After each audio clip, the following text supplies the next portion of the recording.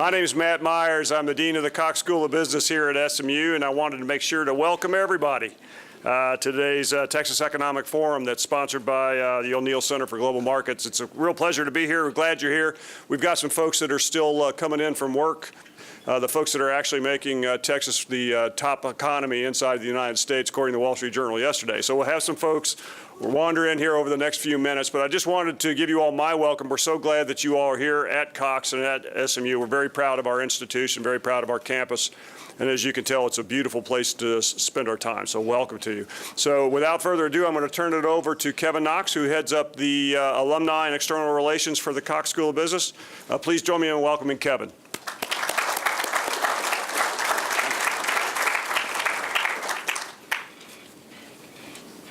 Thank you, Dean Myers. It is a great day to be on campus, is it not? Sun's out, birds are singing. We're here together. Glad to have you. I want to add my welcome to you to the 4th Texas Economic Forum.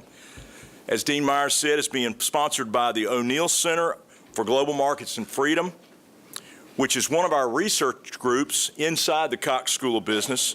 The O'Neill Center was founded 10 years ago with a gift from William J. O'Neill, who was a 1957 graduate of SMU and the Cox School. Bill, as we call him, became one of America's foremost investment gurus. The center's mission is to research on the fundamental questions of a political economy. Why do some nations prosper and grow and other nations remain poor? With us today is Bob Lawson. He is the O'Neill Center's current director. Bob is over here. Welcome, Bob. Michael Cox is also here. He was the O'Neill Center's, right here is Michael, welcome, founding director. And you're going to hear from Michael in just a bit when he gets a chance to do his presentation. The purpose of the Texas Economic Forum is to simply learn about the state's economy and be able to share our ideas together. Today's topic is both current and controversial. Our speakers will give their thoughts on Trump and the Texas economy. They'll consider how Texas might be impacted by the president's policies on trade, taxes, immigration, and energy. So here's the format. Each of our 4 speakers will have 15 minutes to discuss their topic.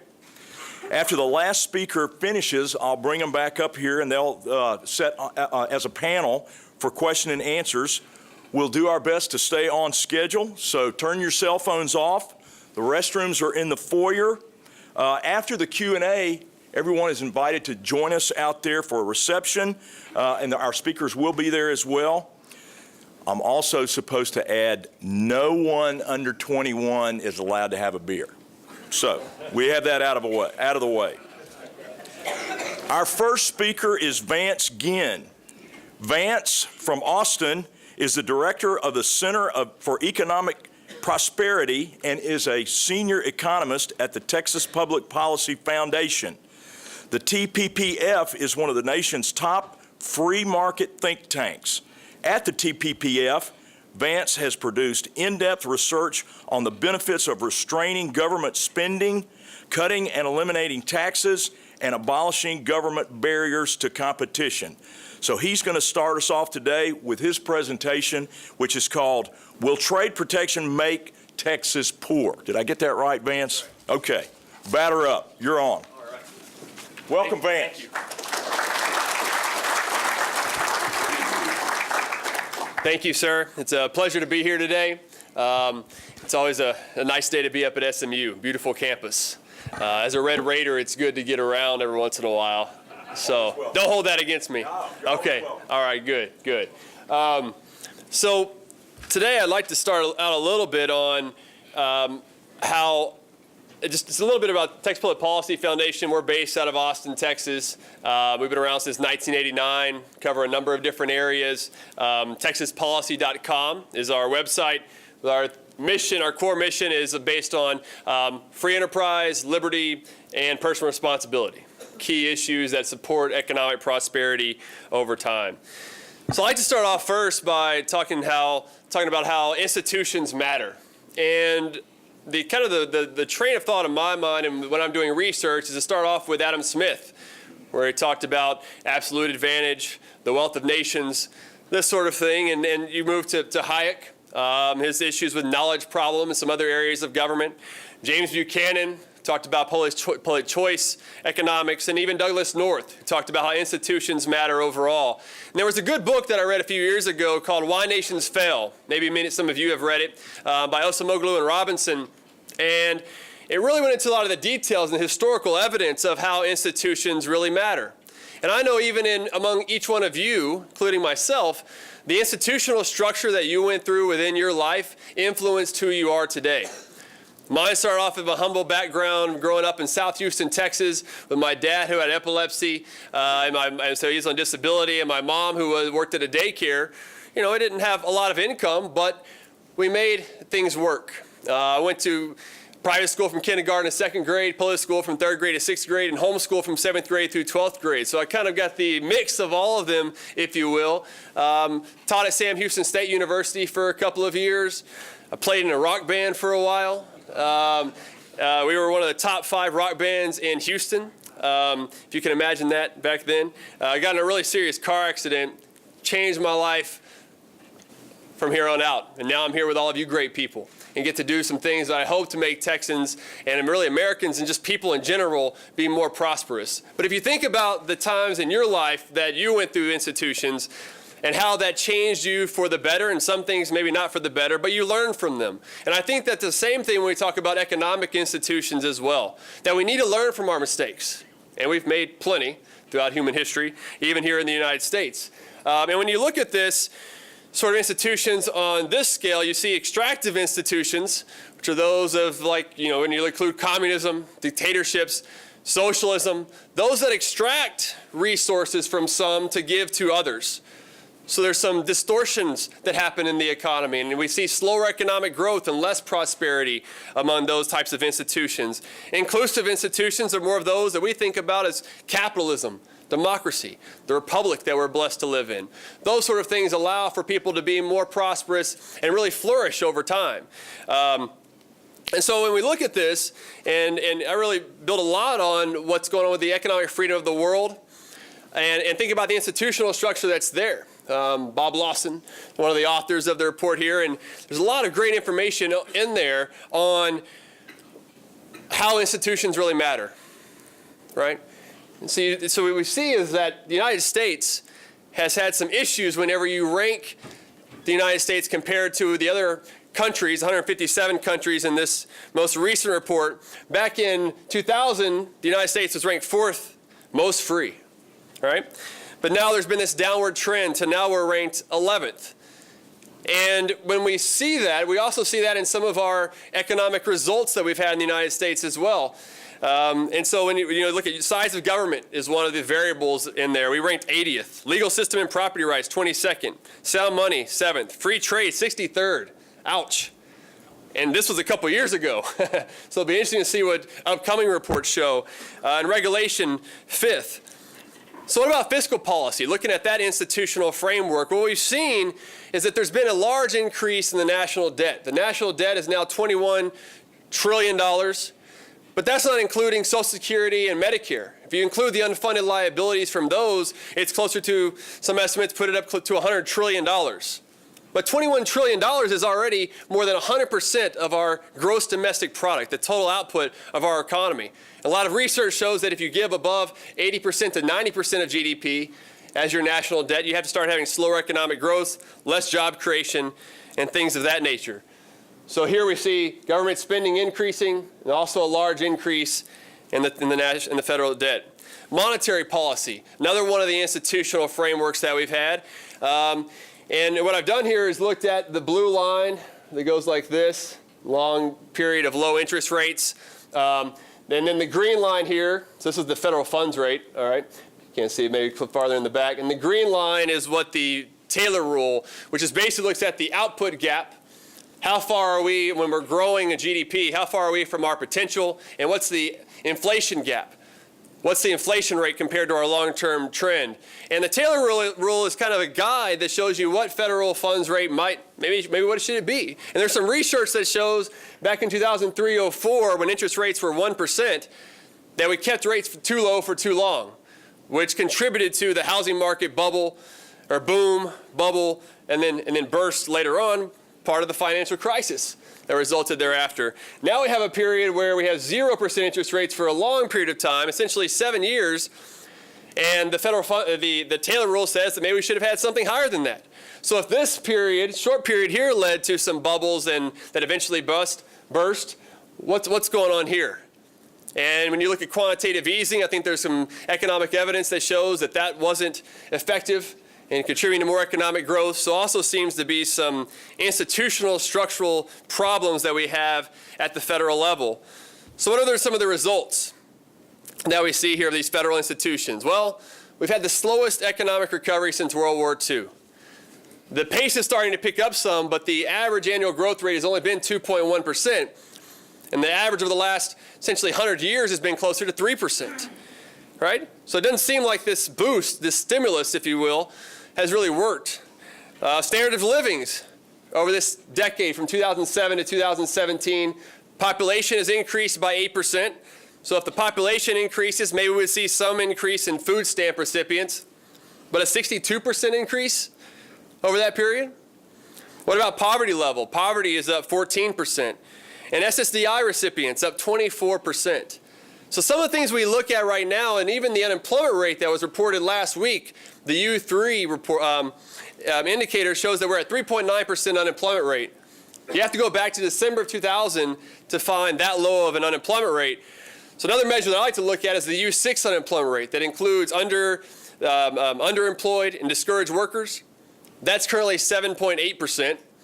Back in December 2000, well, it was at 6.8%, a full percentage point below where it's at today. And some other indicators out there as well. So with all that said, what I think we need to look at is how other institutions might work, and maybe glean some things from what has worked by looking at the states. And that's really what a lot more of my research does. Before I looked at NAFTA specifically here recently in a paper that's out there on the table. Maybe you can grab a copy. It's also on our website. When you take the 4 largest states, California, Texas, Florida, and New York, and you look at the economic freedom of North America, which another one of the authors here, Dean Stanzel, he looks at kind of the same thing with government spending, taxation, and regulation, and compares these on a state-by-state basis. In the latest report for 2015, Texas and Florida were tied with second most free, right? California and New York were the 2 worst in the United States. So that might give you some indication of where they might rank when it comes to economic variables as well. So there's the economic freedom of North America, second. So the blue here tells you which state has the best in each one of these economic variables, and the red is the worst. So State Business Tax Climate Index, according to the Tax Foundation, Texas ranks 13th. We like to be first, right? Not 13th. We rank 13th. Part of that has to do with our high burden of the business margins tax, also called the franchise tax, which we've been working on to try to reduce and eventually eliminate. Florida actually ranks 4th best here. State and local tax burden, we have the 4th best there. But another measure to look at is the employment to population ratio, 25 to 54-year-olds, really looking at that prime age working years.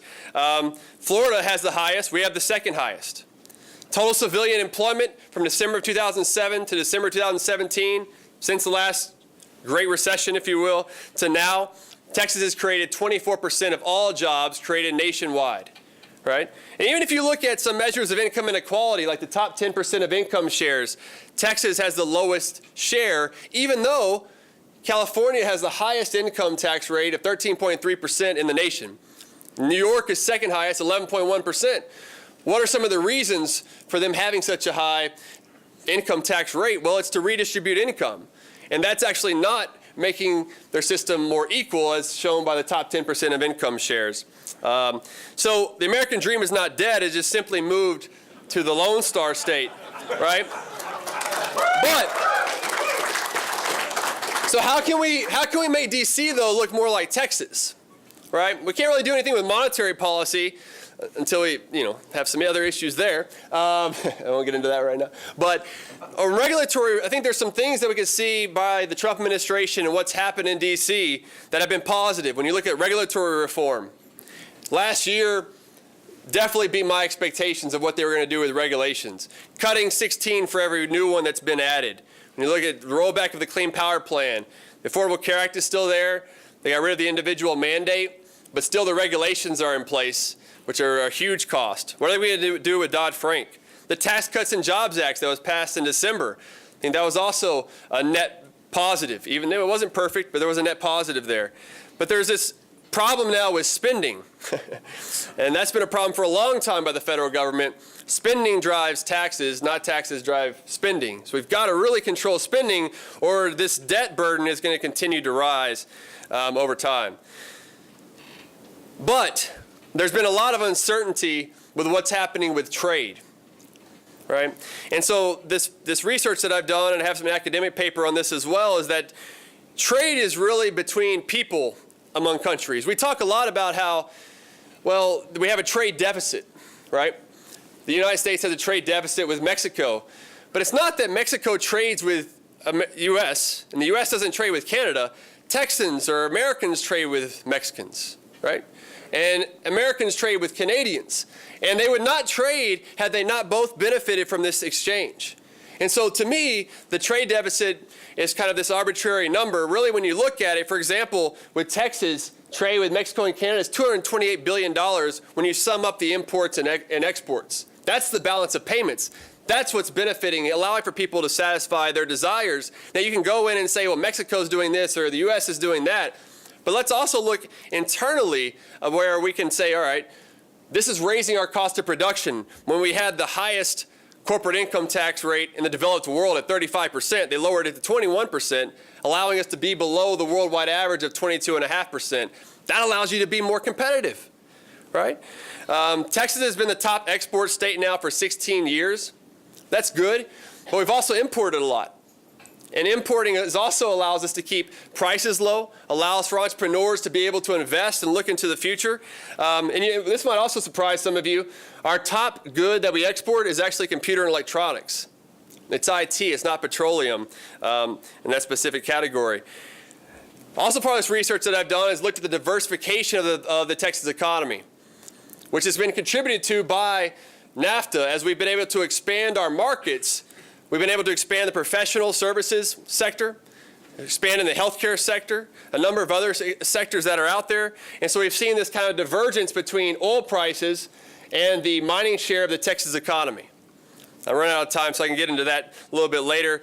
What's up with the tariffs? Whenever you're putting tariffs on China, for example, on steel, this is the share of steel. These are the black lines of the share of steel that we import from different countries. This is China. It's not much, right? This is Canada over here. Aluminum, a little bit more from China, but still not a lot. And what we do see is that these are the number of jobs in the aluminum and steel direct jobs to those industries compared with the steel consuming industries. Many more jobs that are there that are already being hurt by the higher steel prices that are out there. And so I think that's a huge cost. And I've already been talking to some business folks who say that, look, that uncertainty with tariffs and NAFTA is contributing to slower economic growth, and they're not investing as much into the future. So keys to making the U.S. look more like Texas: continue regulatory reform, restrain spending, and make tax cuts permanent, stop trade protectionism, action, and rhetoric. So thank you for the opportunity to be here today, and I look forward to the Q&A afterwards. Thank you.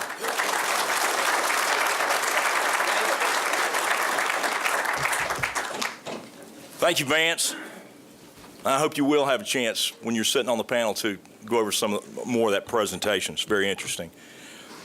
Next on the docket is our good friend Doug McCullough. Doug is a corporate attorney and has a tax firm, Texas law firm, McCullough, and do you say Sudan? Sudan. Okay. His practice includes mergers and acquisitions, international business, and taxation. In December, he joined the Lone Star Policy Institute, which is a newly formed research center focusing on free market solutions to state and local issues. So his presentation today is going to be taxes, tariffs, and tweets, the 3 T's. Doug, come forward. Let's welcome Doug.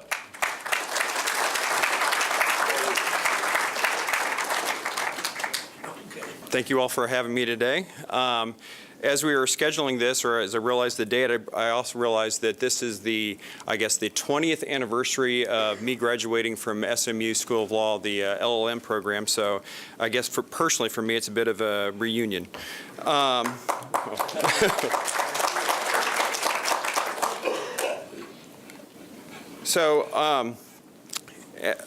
As we mentioned, we just recently formed a new think tank called the Lone Star Policy Institute. We're a free market think tank focused primarily on city and state issues, but because trade is so important to Texas, we also dabble a little bit in international trade. For my time today, I'm going to focus primarily on tax, trade, and energy policy. There will be references to tweets, though.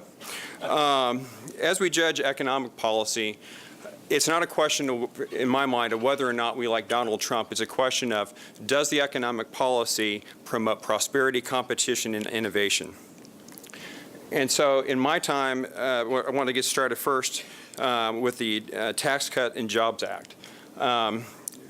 Most of the major changes are going to be on the corporate and international side, but starting with the individual side, most individuals will be seeing a tax rate cut. The approach was to reduce rates across the board for most individuals, but also sort of claw that back a little bit by, as we say, broadening the base. Some of the positive changes for the individuals, on the individual side, is the standard deduction is nearly doubled. We've expanded the child tax credit. One thing that's sort of neutral, but I guess positive in the fact that nothing changed, there was talk of eliminating the charitable deduction, but for those of us involved with nonprofits, thankfully, there was no change there. Some of the, I guess you could say, sort of net negative for us taxpayers, but sort of offsetting the rate cuts, is the personal exemption was eliminated. Again, this is because the standard deduction was nearly doubled. And then some somewhat controversial moves. There's some limitations on the mortgage interest deduction at $750,000, which was down from $1 million, as well as a limitation on the deduction for state and local tax. Now, by comparison to individuals on the coasts, blue states, that have a higher state tax and also likely to have a higher real estate cost, Texas did fairly well by comparison because our real estate tends to be a little bit lower, so having the lower cap on the mortgage interest deduction may not affect us quite as much. And the state and local tax cap doesn't affect us as much since we don't have a state income tax. But on balance, most individuals are going to be seeing a reduction in their overall tax. And again, this is, judging this based on, is this, does this give individuals more economic autonomy? Does this create more prosperity? I think on balance, this is positive. But the real exciting news is more on the business side and the corporate side. And without getting deep into the details, as Vance mentioned, the corporate rates have gone from 35% down to 21%. When the news broke about the bill being signed into law, you may have seen headlines about raises and bonuses and such. And obviously this can continue. There's going to be more dollars left in corporations for them to do more things. But in addition to benefiting employees, this creates opportunities for more capital expenditures, building more plants, building more facilities, improving research and development, and frankly, just making the United States a more competitive place to do business. And so, on balance, this is something that I think is very pro-growth that will really benefit the United States. On the international side, some very complicated rules when it comes to the changes on the international side. In the past, we've had a system where corporations are taxed on their worldwide income, and we're moving now to a territorial system. But as part of that, there is something that's sort of it's been loosely called a tax amnesty. Through a carrot and a stick type of arrangement, there's incentives to repatriate between $1 to $3 trillion that are held by U.S. companies offshore. And under the new rules, over a course of 8 years, corporations will be taxed at a rate of about 15% for repatriating those dollars back in the United States, whether or not they actually return those dollars back to the United States. The sort of carrot and stick there is, the benefit is, in the past, this would have been a 35% tax rate. So now there's a much lower rate to return these dollars back into the U.S. economy. The stick there is whether or not they actually do move those dollars back to the United States, they'll be taxed on it. But on balance, this is something that is going to be bringing in additional dollars for investment, R&D, acquisitions, more capital expenditures in the U.S. economy. Recently, Apple has already announced that they are moving about $285 billion back into the U.S., and I'm sure other companies will follow suit. Actually, back up on the international side as well.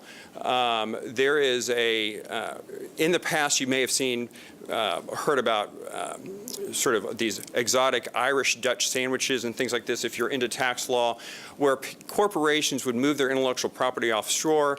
You'd have companies like Microsoft, Google, and others that went through these elaborate structures trying to avoid as much taxation as possible. Well, through these new rules, we're trying to become more competitive internationally with our tax rules and trying to discourage that. And now, competing with some of the more, frankly, aggressive, more competitive rates that places like the UK and Ireland have, there's now, if you qualify, there's a possibility of developing and commercializing technology in the United States and only being taxed on the international income from that at 13%.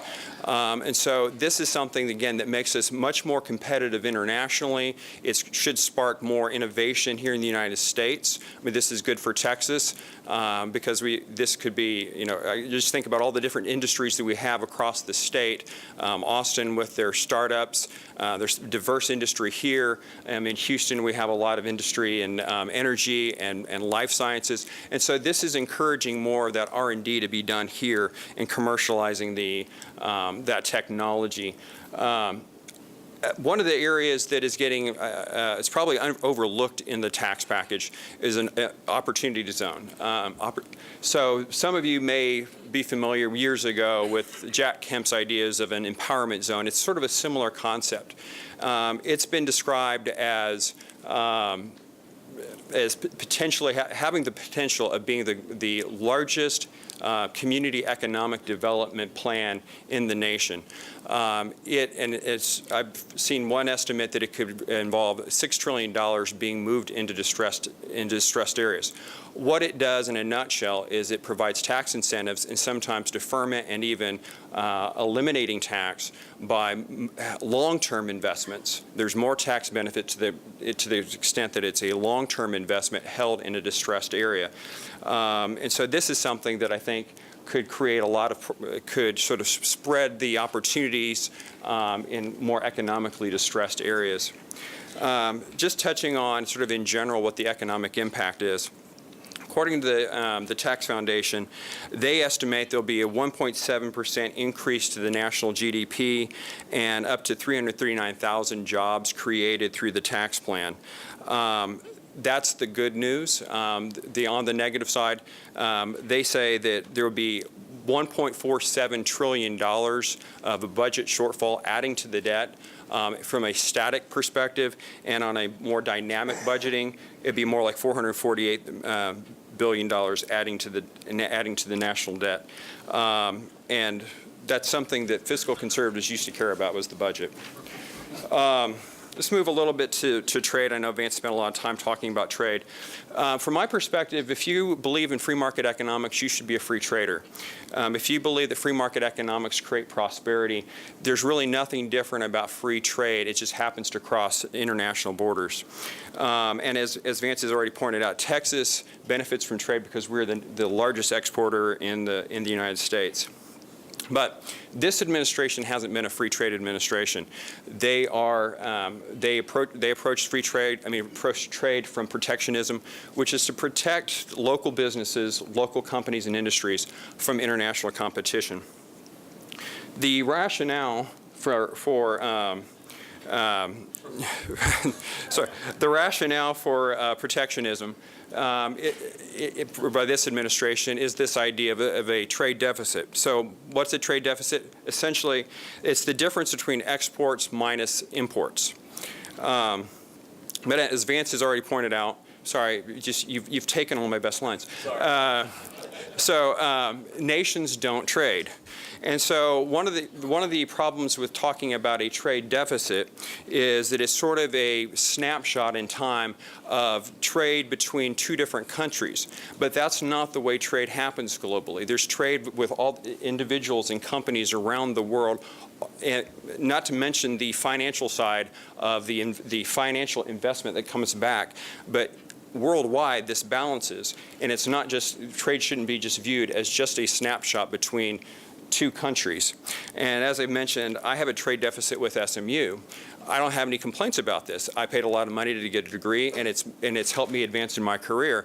But this is the nature of trade.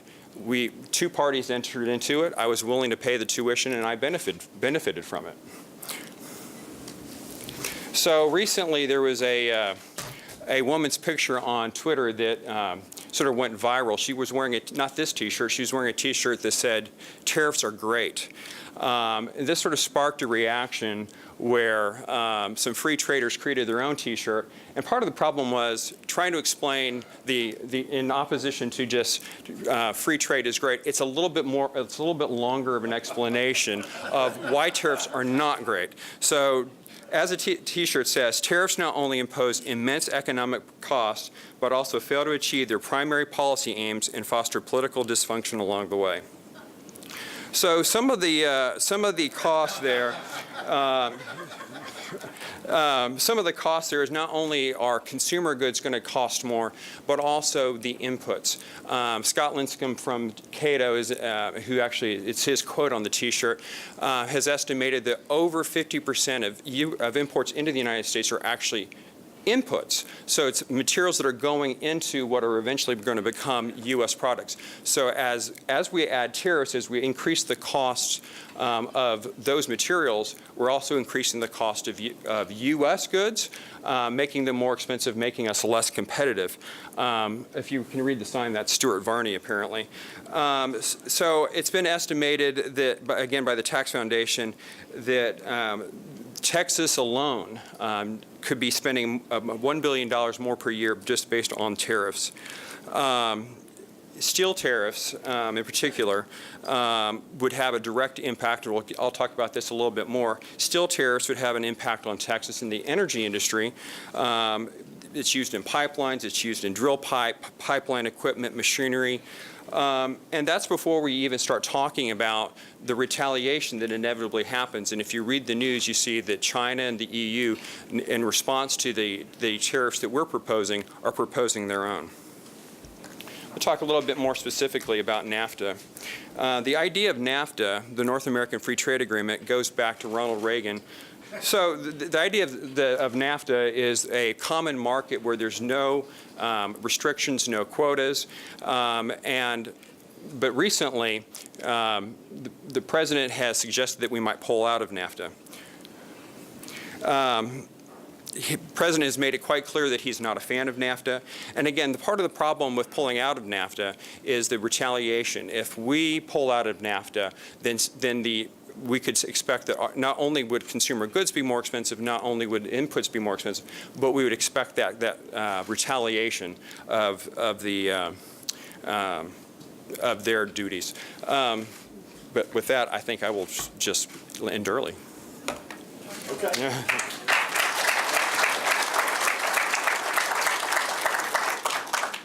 Thank you, Doug.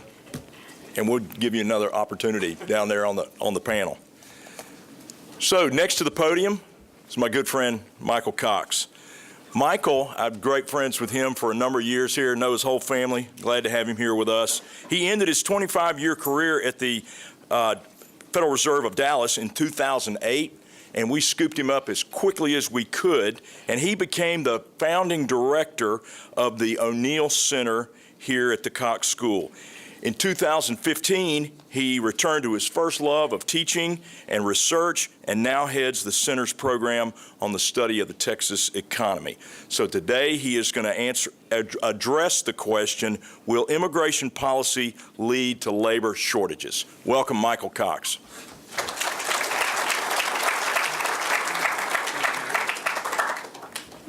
So I am going to talk about labor market, but first, let me just say one thing about trade, because I believe the strongest argument for trade is a moral one. Trade is a basic human right. If I have an apple and you have an orange and we want to trade, it's nobody else's business but ours, whether we do it. That's simple.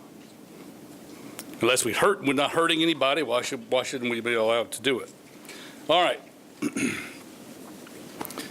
Will immigration policy lead to labor shortages? And I'm going to focus here on Texas, because I love Texas. I haven't asked this in a long time. How many people here were born in Texas? Okay, so about a third. We're all immigrants from some other place. Me from Arkansas. All right, here is GDP growth over a 17-year period in a growth rate on the vertical axis, a 17-year growth rate, and the absolute addition to gross domestic product state, which we should call it GSP, gross state product, over that 17-year time period. You can see the Texas miracle up there with 63% growth, the highest amongst the 10 biggest states in the country. We didn't add the most to GDP. California did, $747 billion, but they're bigger than us. Their growth rate was about 2/3 of our growth rate. But everybody else lags behind, especially those New York and some of the old industrial states. So we are growing rapidly here and adding a tremendous amount to GDP. Of course, that's not possible without people to come work and having a labor force. As you can see here, as the labor force has grown, so has GDP here in Texas. Texas, over the 18 or so years from the end of the year 2000 up until February of this year, added by far the most jobs in the nation, approaching 3 million jobs. And that, up to this point, is about 20% of the total jobs added. Now, there was a time, not more than about 5 years ago, where we added more than 50% of the jobs in the nation since the year 2000. So we've been a very strong economy. That's the Texas miracle. And just here we are adding 40,500 more jobs just in a month. An enormous amount of job creation. I'm from Little Rock. I had a population of 165,000 when I was born, about 185,000 now. So that's 67 years worth of population growth in my little town. Every 14 months, Dallas-Fort Worth adds a city the size of Little Rock. So that's how fast we're growing here just in Dallas-Fort Worth. Dallas-Fort Worth and Houston have been the fastest growing job areas for America. You can see the number of jobs we added here in Dallas-Fort Worth over this 16-year time period. You can see the number we added in Houston. Dallas tends to add ours in the suburbs and in Fort Worth, and not so much in the inner city. I could go off on that for a while. It all goes back to incentives and taxes and so on, and the quality of the schools. But if you add to this, also Austin and San Antonio, these are the 30 biggest metropolitan areas in America. You can see we lead the nation in job growth, us and Houston. Of course, Houston got hurt by oil downturn and by the recent Hurricane Harvey. Now here in Dallas, it's just focusing on Dallas-Fort Worth, our area. This is where we've added the jobs up north. You know this, up in Frisco, up in Prosper, next to Salina, McKinney, Allen, but not Dallas per se so much. But we're having this booming local economy, adding thousands and thousands of jobs all the time. Focusing in on the outward from the Dallas-Fort Worth economy to the Texas Triangle, which, you know, is Dallas down to Houston, over to San Antonio, up through Austin, and so on. Also includes Kylene, Waco, College Station, and so on. Has about 10% of the state's, less than 10% of the state's landmass geographically inside this area, okay? Yet, it has 71% of the state's population, about 74% of the state's employment, 75% of the state's personal income, and 80% of the gross state product is it produced inside this Texas Triangle. So this is the mega growth area of the Southwest. And when people move to Texas, come in from California or wherever they come to, they typically decide to move inside this triangle. What do they do? Where do these people work? They work, number one, industry, professional, and business services, the largest share. That industry captures the largest share of output produced in the state. About 85% of the state's output of professional business services is produced in the triangle. And at the other end, of course, is agriculture. Only 5% or so. I don't know who grows anything in these cities. I don't know, but mining gets 40-something% at the other end too. So professional business services, wholesale trade, information, as you can see, all industry total 80%. That's what is produced in the triangle. But here, look, you know this. There is no Texas Miracle. There is no booming Texas Triangle. There is no number one and number two performing MSAs in the country, which we'll love to hear over and over again.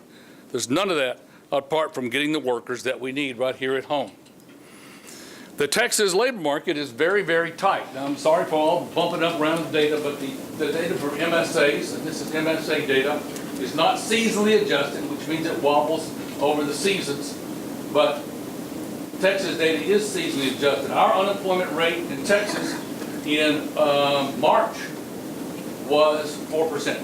Now, at the national level, the unemployment rate has come down 2 percentage points, and we tend to run about 2 percentage points below the nation.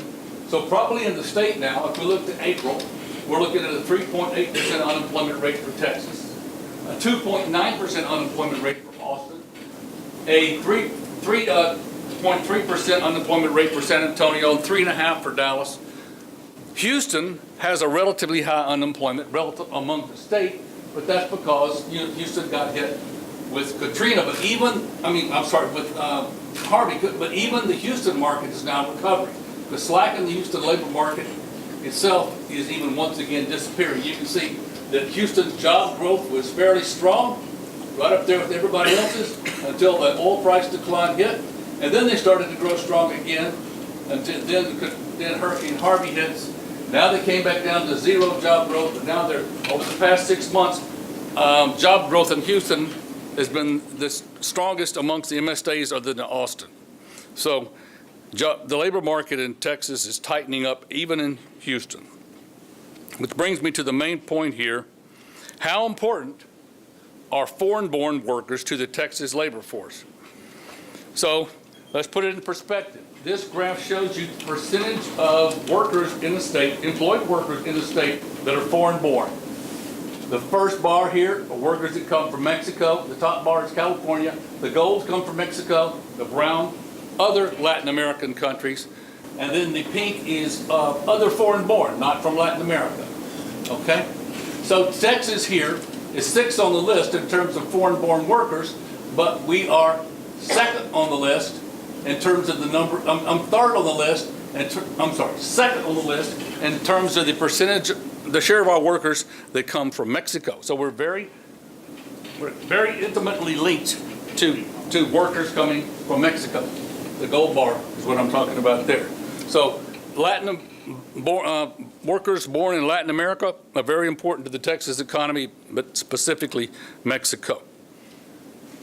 Overall, now let's compare Texas and every one of these industries. I'm going to compare United States to Texas. I'm sorry. This is Texas. This is the United States.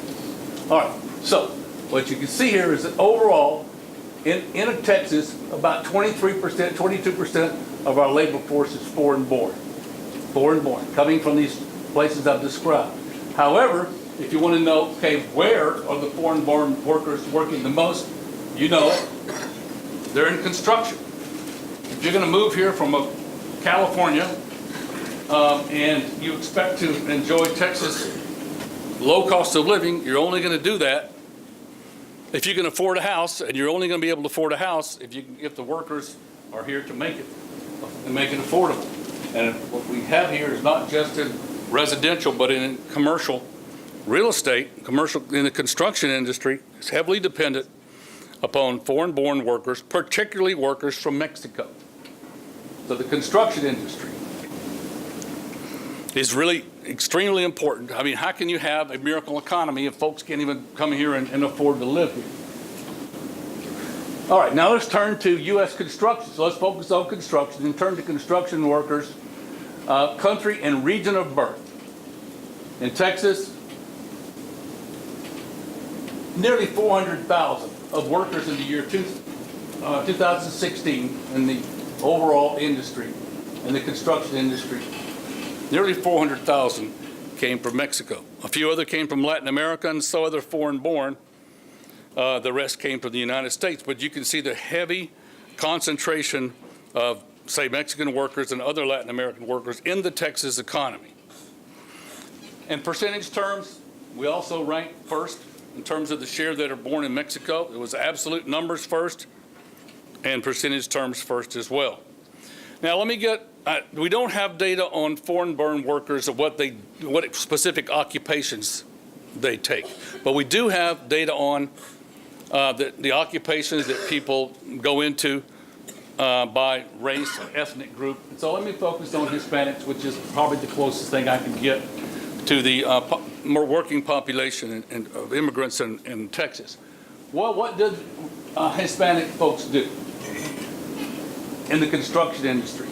63% of the drywall installers are Hispanic. 52% of roofers of the roofers are Hispanic. 51% of the people who around the nation who install carpet, floor, and tile and so on are Hispanic, and you can see that same thing on down the line. And if I could get these numbers for Texas, these are for the nation as a whole, you can bet they'd be a lot higher. I mean, I've got some property up on 380, 2 pieces of property on the north side of 380 between McKinney and Denton, and I mean, it's just almost impossible to get a worker now up there. And the ones you can get are very expensive because most of the workers in this industry come from Latin America, Mexico in particular, and the supply of these folks is absolutely dwindling. That was focusing on the construction industry, but you can see other industries, other jobs that the Hispanic folks have, such as cooks, groundskeepers, maids, and so on. Very important to our industry and to the affordability of things that we all enjoy. Where do new Mexican immigrants who obtain legal permanent residence in this country choose to reside? All right, so you're coming in from Mexico to America, and you have, where am I going to go? Where I choose to go? Over this 5-year period, 97, 8, 9, 5 years, including the endpoints, you can see that California was the state of choice, the #1 state of choice for most of for the Mexican immigrants, lawful immigrants, but Texas was second. And together, us in California got more than half of the parcel of people who came in from Mexico. So we're both heavily dependent upon Mexico. And that same trend has continued as we go forward, even more so for Texas and California. The fraction that we were coming here from other is going down. Now, let's focus just on Texas. What is the country of birth of Texas's lawful new immigrants? Back over this 5-year period, half of the workers coming to Texas half of the immigrants coming from abroad, from Mexico, and half from elsewhere. It's about the same, it's more people now, but a smaller share. We're getting an increasing share of our foreign workers from elsewhere. So Texas-Mexico ties are extremely important to Texas. Of course, this is important, and of course the labor market is tightening here, and this is why I want to give some credit to a new center that's been started here, the Texas-Mexico Center. Several of us, including Dean Myers, went down to Mexico City and Rick here a couple of weeks ago. Dean gave a paper down there and where we focused on the importance of the Texas-Mexico relationship to the prosperity of Texas. But that's it. So thank you for your attention, your time.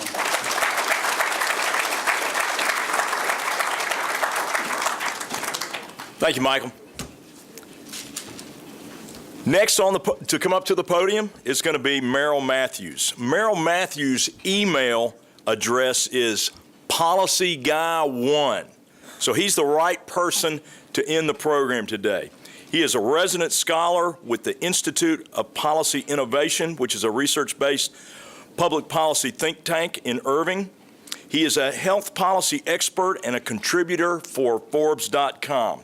He also serves on the Texas Advisory Committee of the U.S. Commission on Civil Rights. So today he's going to be discussing Texas, Trump, and energy.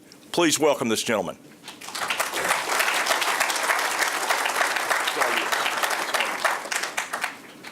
All right, so Texas, Trump, and energy.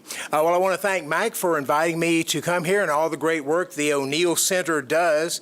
It is a sort of a beacon of free market policies out here in an academic world that isn't always focused on free market policies these days.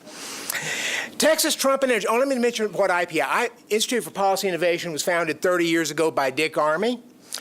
He severed his ties in 1984 when he became majority leader, so he's not had any connection with us since then, but we have tried to maintain his vision of pro-growth economic policies and limited government. I subtitled my speech here, 2 steps forward and 1 step back, maybe. So, 2 steps. How many of you are familiar with the Texas 2-step? So you got 2 quick steps and 2 long steps. Step, step, step, step, step, step, step, step.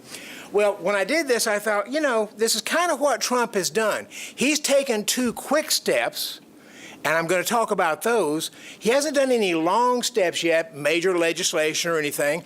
But the important thing is, in the Texas 2-step, you don't get to the long steps until you take the 2 short steps first. And I'm going to argue that he's done that. What's the first step? The first step is Trump's executive order released on March 28, essentially saying we're going to, it is establishing that for the U.S., energy independence and economic growth are the key factors there.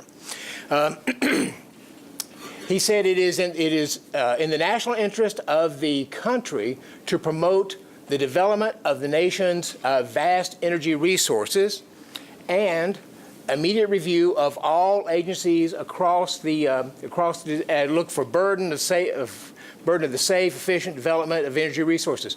The first one sort of set the tone for the administration and the country. The second one begins to say, here's the actions we're going to take. It initiates the actions. So I would argue that's the first step the president's taken. Second step, opening doors instead of closing doors. Begin with pipelines. On January 27, he signed an executive order saying Dakota Access Pipeline, Keystone Pipelines, those things can go forward. It was interesting because, if you remember, there was such a discussion in the country about the Keystone Pipeline. It was the Keystone XL pipeline. Actually, the Keystone XL was the 4th phase in the Keystone pipeline process, in which back in 2008 or 9, they actually finished the first phase of it. It went from the same place, Alberta, Canada, across some provinces, down into Nebraska, and then went over to Illinois, Barack Obama's home state, for refining there in his home state. The second phase went from Nebraska down to Cushing, Oklahoma. The third phase went from Cushing, Oklahoma down to Texas, to the Texas Gulf for refining. And Barack Obama in 2012 went to Cushing, Oklahoma to talk about what a great new pipeline this was going to be.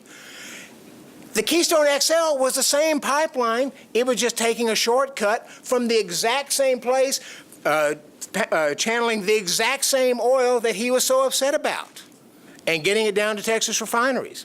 So President Trump came in, made that change. Number two, he allowed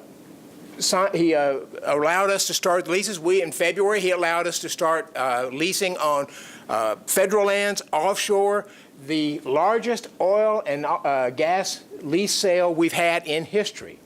And in the third one, refineries, he is relaxing the renewable fuel standards. The renewable fuel standards, that's where you have to, refineries have to mix in ethanol, mostly made from corn, into our gasoline so that most of us drive around with 10% of ethanol in our gas tanks.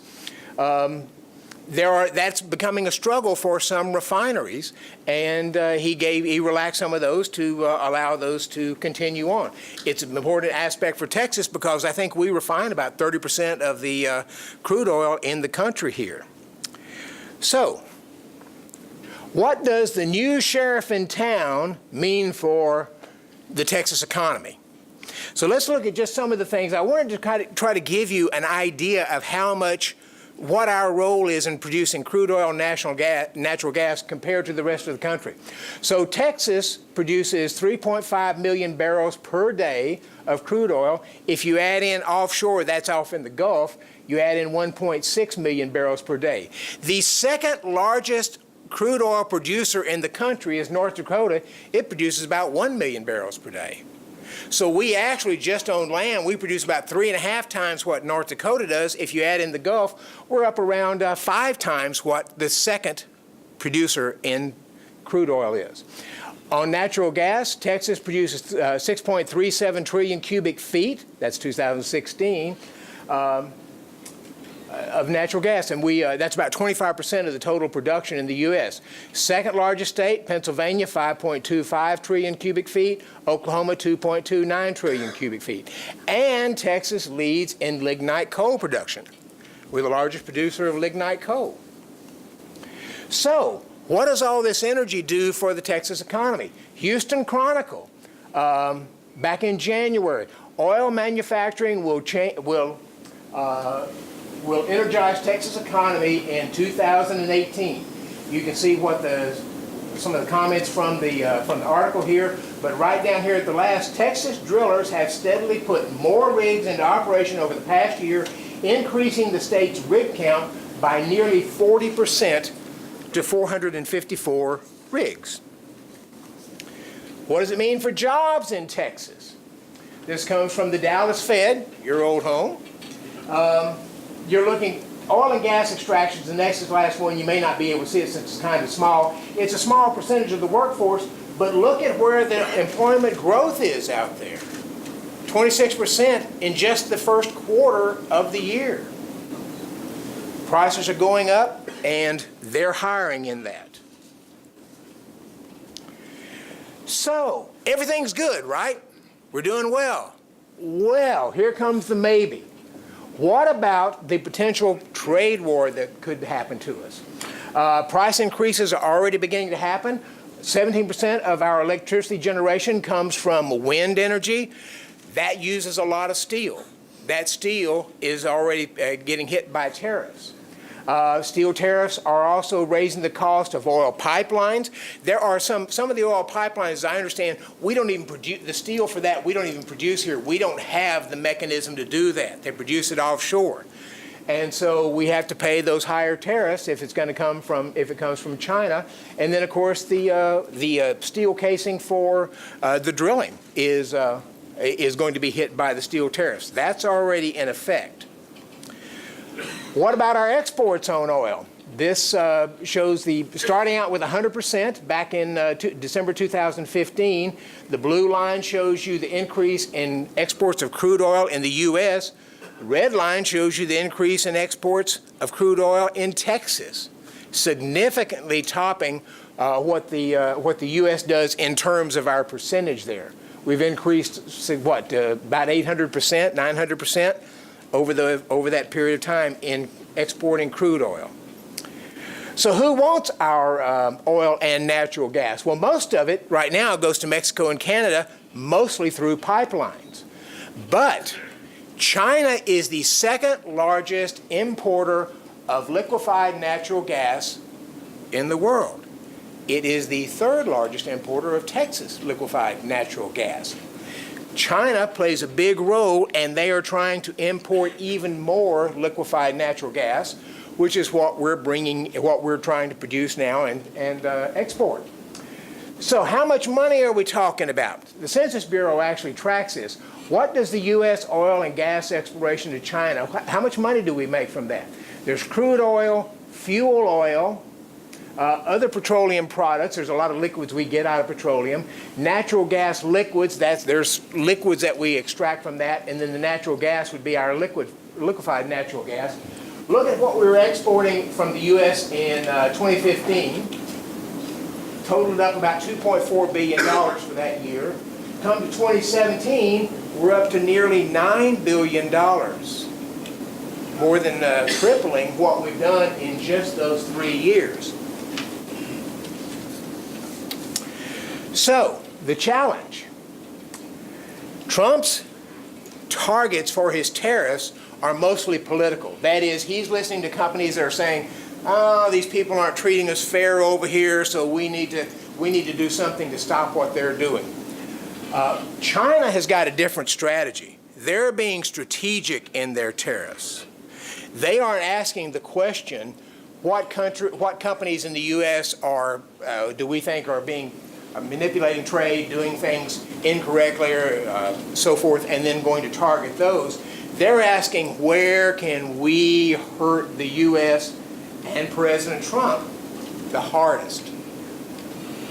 So, normally you would say they wouldn't put any tariffs on U.S. or limits on U.S. oil and natural gas, but they're not targeting it because of that. They would be targeting it strategically, and if you're doing it strategically, you can hit the U.S., which would hit Texas very hard.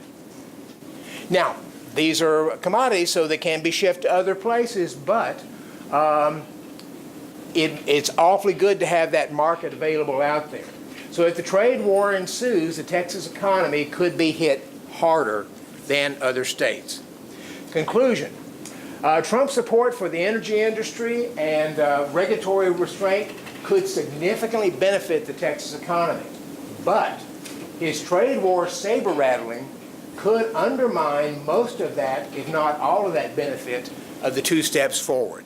With that, I'll stop. Thank you.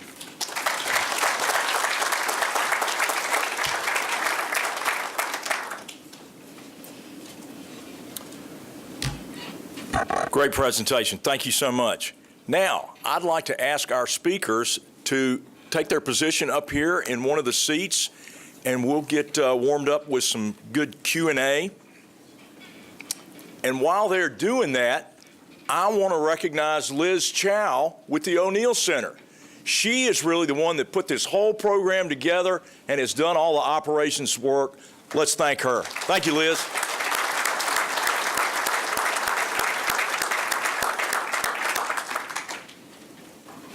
Microphone's on. Do we have enough? Okay. Questions, if you would, if you have one for a particular speaker, identify that speaker. Otherwise, throw it out for the whole panel. Who's going to be first? Anyone? Yes, absolutely. Step right up to the microphone. Gentlemen, my name is Grant Wolf. I'm a senior finance student and the chairman of the. Is it on? I think it is. Just hold it close. Okay. I'm a senior finance student, and I was curious about you talked, all of you, about how the trade deficit or balance is not necessarily the best measure of trade success with another country. I know the Trump administration has also talked some about their concerns for market access for American companies to particularly China. So what would you suggest are some more beneficial measures besides tariffs to help improve market access for American companies to those countries? Anyone want to jump in there? Well, you're right. We have a balance of trade deficit with China. The other things that the president has been looking at is technology transfer, we call it tech transfer, and intellectual property protections. And my understanding from some companies is that really is an issue, that China says if you want to come and work in our and sell in our country, you've got to merge with one of our companies or create an association relationship. But then that company says you've got to give us your various technology that we can then work with, and then they take it and use it. So companies have been very upset about that, and there are some areas where that can be addressed, I think.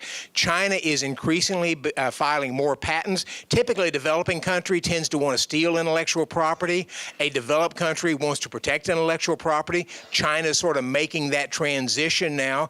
They're saying they want to be better on that. We don't know if that's actually the case or if they will, but addressing those two areas would be, I think, a significant plus for us, and that's sort of outside of the whole balance of trade issue. I would simply add, Trump has said, his initial statement said he'd like to see the reduction of $100 billion from our trade deficit a year. He just a couple of days ago said $200 billion, but let's go with this $100 billion. So they're already buying nearly $9 billion a year from us in energy.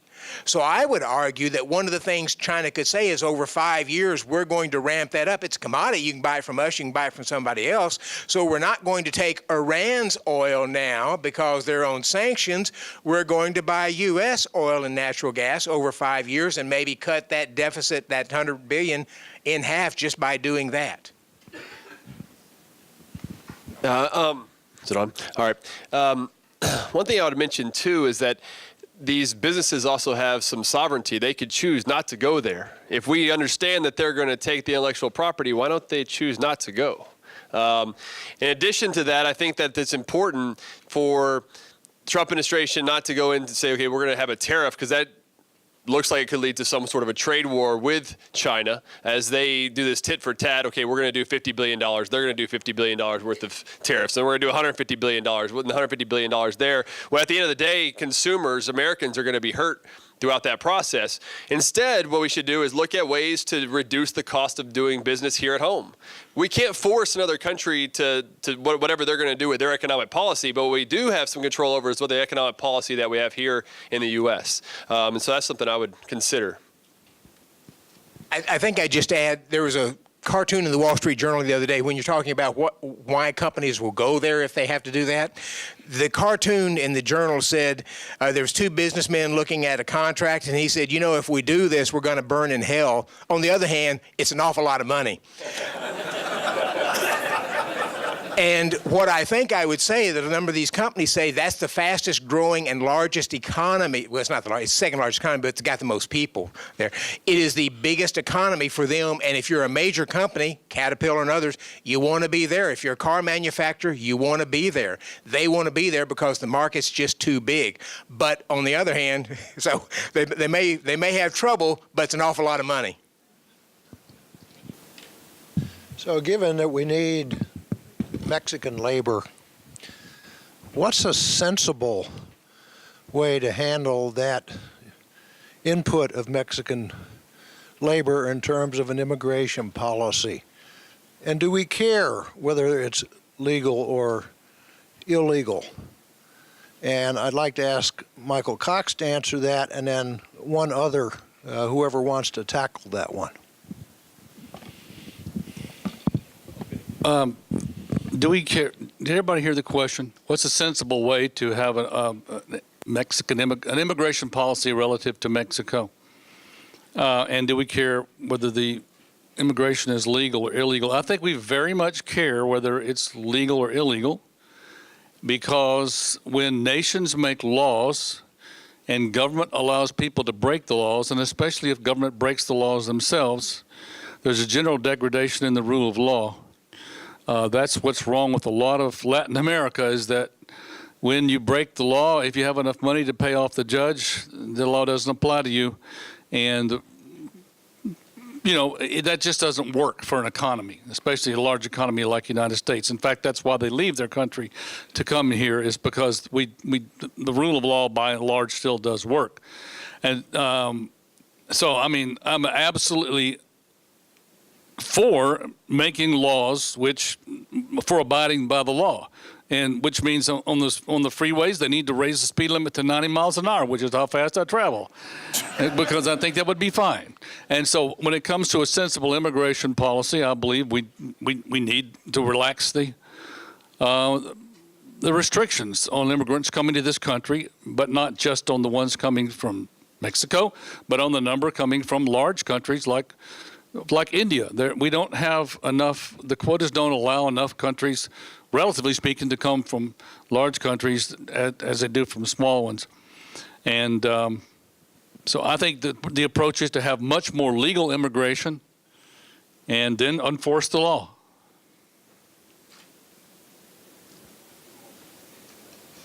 Anybody else want to weigh in on that? Okay, I will, sort of going along with what you said. If it were me, I would have a robust immigration policy that allowed a lot of people to come. They would have to pay several $1,000s to come in. They're giving that to coyotes now anyway. So give it to us and use that to offset any of the costs that are there. But then let them go back and forth. If you could come in for like a 3-year term or something like that, you get to come here. I would have them have to buy a private sector bond, like a person who is released from jail. If they don't show up after the end of that, the bondsman comes after them. The bondsman has an economic incentive to get that person and get control over them. And 40% of the people that we have over here illegally are people who've overstayed their visas. So I would do something like that. But the one thing I wouldn't do is allow them to use that as a way to say, we're coming over, having babies, they're all citizens now, you got to keep us. I'd sort of address that issue, but that's a tough one to address. Many people who have negotiated for business for years know that sometimes the first point of negotiation is your current deal is a bad deal. So the folks talked about Trump on NAFTA and tariffs. How much do you think his position on those issues is just negotiation, or is it real about wanting to change the system? I'm hopeful that most of it is about negotiating a better deal, right? The problem is, though, is that leads to uncertainty within the marketplace. And as we know, is that entrepreneurs aren't looking at the past like government does. They're looking at the future and how they can profit within the economy. And so if you're leading to an economic uncertainty through policy changes such as tariffs, or I would say even with the NAFTA negotiations, that leads to a lot of allocations of resources that aren't going to be used most efficiently. And so, yeah. Bring up that point about the people on the border. Oh, yeah. And so earlier today, I had a lunch with some CEOs, some Hispanic CEOs here in Dallas who do a lot of work along the border. And some of their business is done on the Mexican side of the border. And so they already see that this is affecting their business because they can't make those profitability decisions. They don't know what their costs are going to be. Right? And so they've already slowed down their investment. They've slowed down their job creation. Whenever it was increasing quite rapidly last year, they saw it boost up when regulations were being reduced, tax reform happened. But now through some of these uncertain events that are happening from NAFTA, they've definitely slowed down their job creation. I think it's even shown within the numbers the last 2 months. Job creation was 103,000 in February before they revised it, or I guess it was March actually. And then in April was 164,000, which was about 30,000 below expectations. So I think that there is some of that that's already happening of the slowdown in the slowdown in job creation than what otherwise would have been. One more comment on this. How many people here are familiar with Lopez Obrador? Okay. Mexico's probable next new president from the left. Well, the likelihood of him being elected goes up every day, every time Trump wants to push the National Guard at the border, does another immigration thing, another trade thing, and so that's another kind of hidden outcome. Well, not hidden, but unknown, underlooked. That's not the word for it. Outcome of this whole back and forth, blustering. What's the truth? I don't know. Policy uncertainty. It's certainly speeding up the process because they're doing what's called fast track right now to go through the NAFTA negotiations. So basically the executive branch can make the negotiations happen. And then after that, they'll have what's called the Trade Protection Authority, which lasts 90 days. And then they can vote. Well, during these 90 days, they've got to get something done as quickly as possible before hopefully the July 1st presidential elections in Mexico. Well, and also sort of the idea of this is maybe a negotiating ploy. The problem, there's a couple problems there. If you are in a business executive, you have so much uncertainty about what's the lay of the land going to be. Can you go build a factory somewhere because you don't know how this is going to play out. So this creates so much uncertainty. You don't know what to do with your capital expenditures. But also this issue with NAFTA. So Trump makes the bluster, your word, about possibly pulling out. So and now it looks like that we may be sort of trying to race to a conclusion with it without necessarily any great change from what I'm seeing. But the whole world is watching this. So if we're now negotiating with China and we've made this bluster with Canada and Mexico, and frankly, if Donald Trump gets rolled by Justin Trudeau, how does that make him look as this great deal maker when he's trying to negotiate with China? Yes, sir. I'm Jim Ratchford with Texas Concilium. So each of you have imparted a great deal of knowledge for us, and I appreciate that. Thinking of the business leaders and owners that might now have this knowledge, what actions do they take as a result of knowing this that they might not have done before?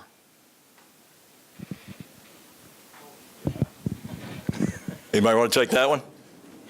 I mean, a part of that would be contact your representative, contact your U.S. senator. But it's continuing to share the information as much as possible. That's one reason why I was excited that Michael Cox invited me to be here to explain this, and we just had a paper come out on NAFTA and the benefits that we've had, but we need to continue to have hit on that message. There's a lot of things that are out there. I mean, we've understood that mercantilism hasn't worked for a long time, but yet we're still in that mindset that trade deficits are a cost, right? And that we need to have more exports over imports sort of deal. And so I think really is to make sure to share the information and contact your elected officials so they can put pressure on them as well. Your local officials in particular. When I mean local, I mean right here in Texas, your governor, your lieutenant governor, your attorney general, all the hate that seems to be coming out of the government of this state toward immigrants and toward, the people. It's just, go start at home here, and maybe you have a better chance of those people listening anyway. As much as I hate to say it, I think I'd say my advice to the CEO is hold off making those decisions and investments now, because you don't know whether or not you will be the next target. Remember, Trump's doing it based upon grievances. China's doing it strategically. And if other countries follow China's rule, you could be a company that has no real impact. I mean, you're not doing something. Nobody accuses you of doing malpractice in trade, but you could get hit. So I think I'd say hold off. And the problem with that is, from the Republican standpoint, back in January with the tax bill coming through, they thought, man, we're liable to be able to fight this blue wave because the economy's going to look so good in November.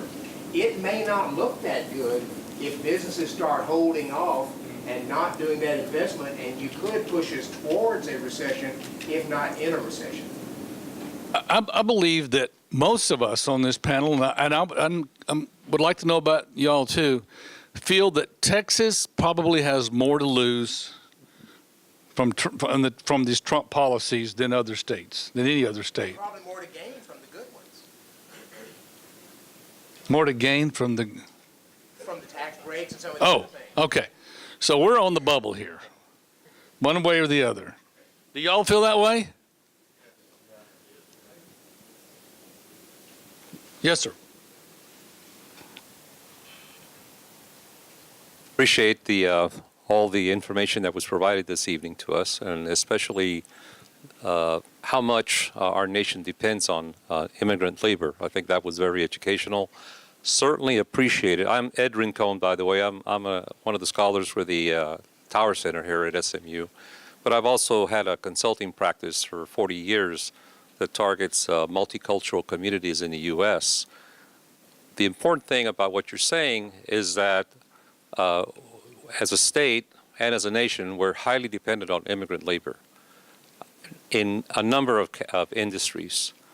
But the situation, if we were to believe the projections that the Census Bureau just released just this past month about the projections of the Latino population and how it's going to shake out up to the year 2060, then the situation is going to become dire and even more bleak than it is right now, because the vast majority of the growth in the future are going to be from native-born Latinos, and the presence of the immigrant population is going to nosedive much further than it is right now. So the implications for businesses is dire as well. It's very bleak, especially for those businesses that have developed a positioning to sell services, sell products to especially the immigrant component of this community. I guess I'm basically making a statement and making a reaction, but I'm more interested in knowing what do you think the business community should be doing during this time? Because as you mentioned, it's been a very hostile environment towards immigrants. And that's one of the reasons why so many of them have returned to their home countries, and not that many of them are coming back in. Well, the numbers on that, and we learned this when I was in Mexico City last week, are that there's net out migration of Mexicans now from the United States. There's still net in-migration of Mexicans to Texas from other states. So people are leaving the Mexicans, a lot of Mexican labor force are leaving other parts of America and coming to Texas. So we still enjoy the net positive net immigrant flow. But the Americas, you know, the hostilities and maybe some better opportunities at home. I don't. It's a long, complicated picture to look at the whole thing.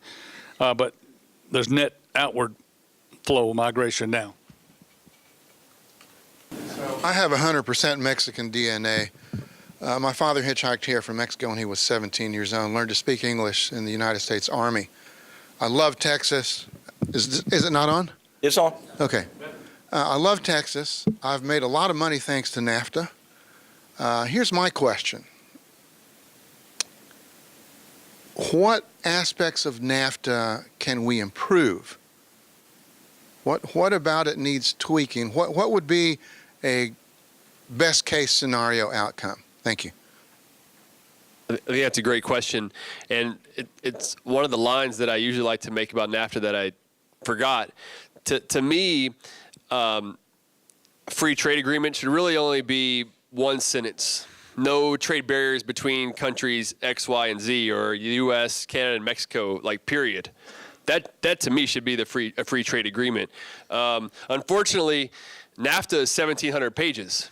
That's a lot of sentences, right? There's a lot of sentences, and NAFTA is by no means perfect. I hope I didn't come off to mean that it or indicate that it's perfect. There's a lot of things in there that could be changed.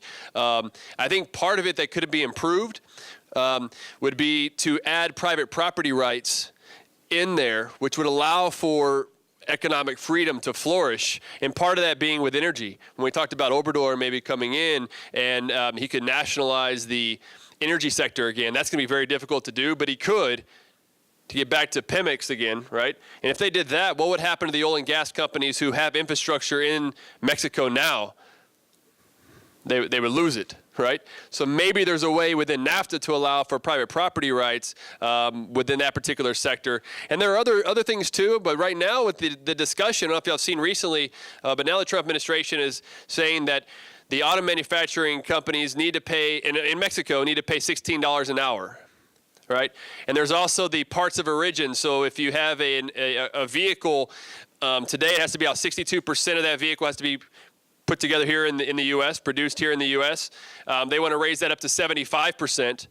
And Mexico came back and said, hey, look, what about 70? And now that's where the discussion is happening, right? And so this, at the end of the day, will still mean higher costs for consumers, which means slower economic growth and these things over time. And so I think it's something really to look at. There's a lot of things that could be improved upon, but are we moving more towards protectionism, which I'm worried about, or are we moving more towards freer trade?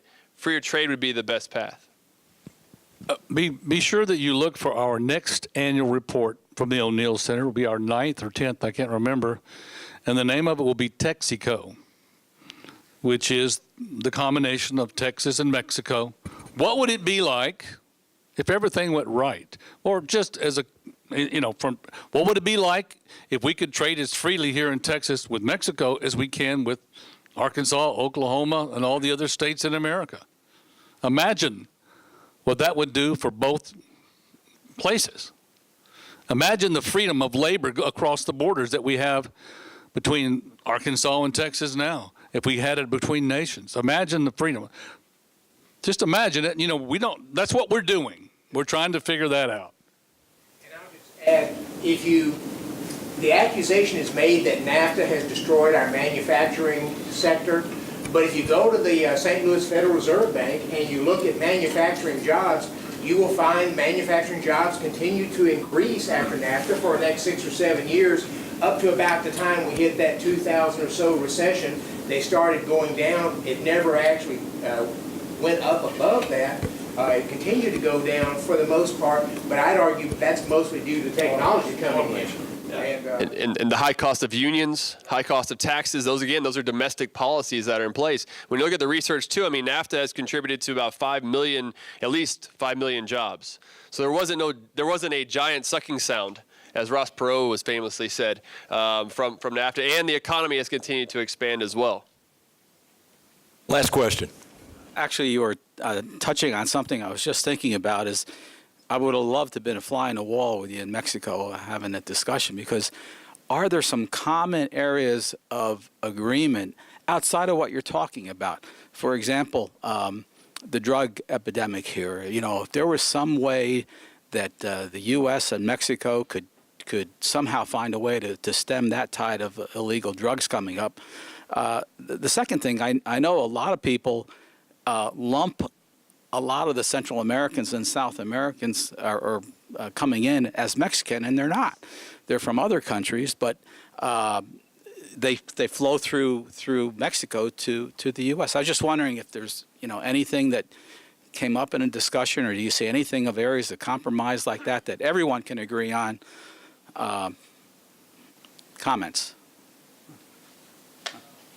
Well, I wish you had been a fly on the wall. You could ask the question to the presenters down there. It's a very good question.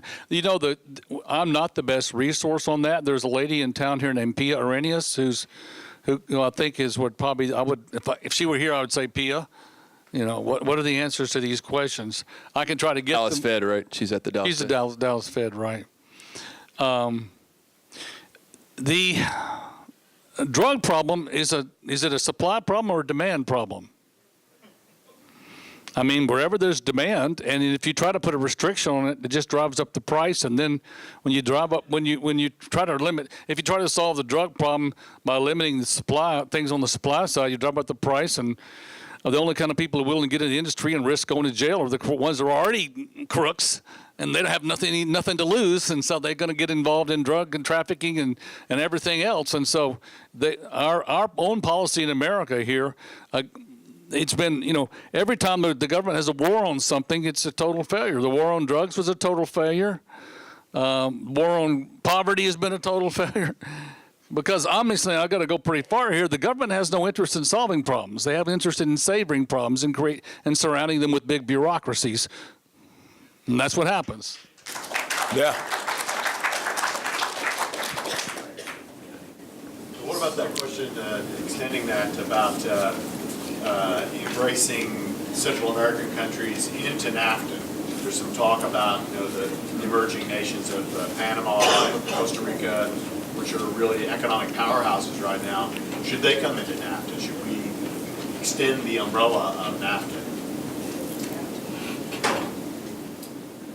Talk to them. I'll take that as a yes. Sure, why not?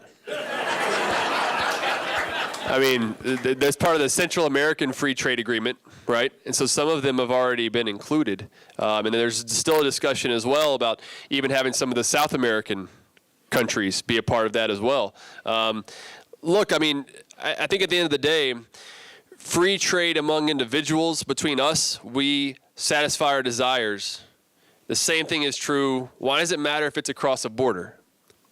I don't think it does matter. So the freer trade that we can have, the lower cost of doing business, the better off that we're going to be. I will say, though, that the current president is a bigger fan of bilateral trade than multilateral trade negotiations. And for the reason he feels like we're the biggest economy in the world, we can extract more concessions if it's just us talking to them. So I would be actually for the notion of other countries being able, South American countries, Latin American, being able to move in that. But I don't know if that gets past this particular president. Could you share some of the energy comments you didn't have time to make?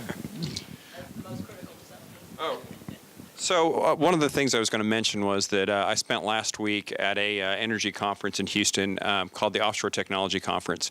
And the best way to describe OTC, there's about 61,000 people there. And as I walked around, one of the things that was striking to me is everything's made of steel. So it's a technology conference, and so everything is drilling equipment, giant machinery. And it didn't have, there actually, even though it was an offshore technology conference, there even were frac trucks. It was not midstream, so there wasn't any pipelines there.